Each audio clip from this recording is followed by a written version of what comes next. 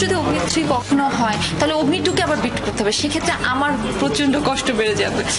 কিন্তু দর্শক যদি পছন্দ করে অগ্নি-2, অবশ্যই মেবি অগ্নি-3 হলেও হতে পারে। আমাকে নিয়ে যদি জাজ কাজ করে তাহলে হবে। ইনিশিয়াল স্টার্টটা আমি আর আজিজ ভাই, বাবু ভাই আমার রাইটার, আব্দুল্লাহ জহির বাবু, আমরা সবসময় প্ল্যান করি 3টা পর্ব হবে অগ্নি, যদি সাকসেসফুল হয়।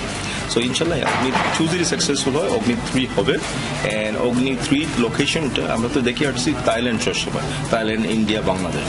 অগ্নি-3 মেবি সেট ইন ইউএসএ। অগ্নি-2 পর এবার তৈরি হয়েছে অগ্নি-3 নির্মাণের সম্ভাবনা। প্রযোজনা প্রতিষ্ঠান বলছে সিকুয়েলের অনেক কিছুই প্রায় চূড়ান্ত। পরিচালক, চিত্রনাট্যকারদের সাথে কয়েক দফা বসেছেন প্রযোজকরা। আনুষ্ঠানিক ঘোষণা আসতে পারে শিগগিরই। 2014 সালে মুক্তি পাওয়া অগ্নি ছবিতে ঢাকার দর্শকরা পেয়েছিলেন ধুমধুমার অ্যাকশন ও জমজমাট নাচ গান। পরিচালক ছিলেন ইফতেখার চৌধুরী। 1 বছর পর দর্শকরা দেখতে পেয়েছেন অগ্নি-2। ছবিতে অভিনয় শিল্পীদের অভিনয়, নাচ গান ও অ্যাকশন অগ্নিকে ছাড়িয়ে গেছে বহুগুণে। এবার প্রযোজনা প্রতিষ্ঠান জাজ মাল্টিমিডিয়া আভাস দিয়েছে অগ্নি-3 নির্মাণের।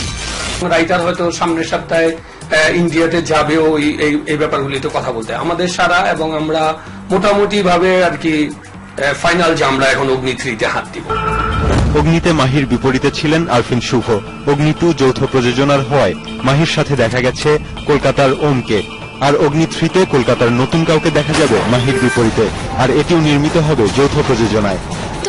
প্রতি না আমার অসম্ভব একটা ইমোশনাল একটা ব্যাপার কাজ করে। প্রচন্ড ডেডিকেশন ছিল এই অগ্নিটার জন্য। আমার কাছে মনে হচ্ছে যে অগ্নি-2 আমার লাস্ট মুভি, মানে এটা আমার জান লাগিয়ে দিয়ে করতে হবে, যে এরকম ব্যাপারগুলো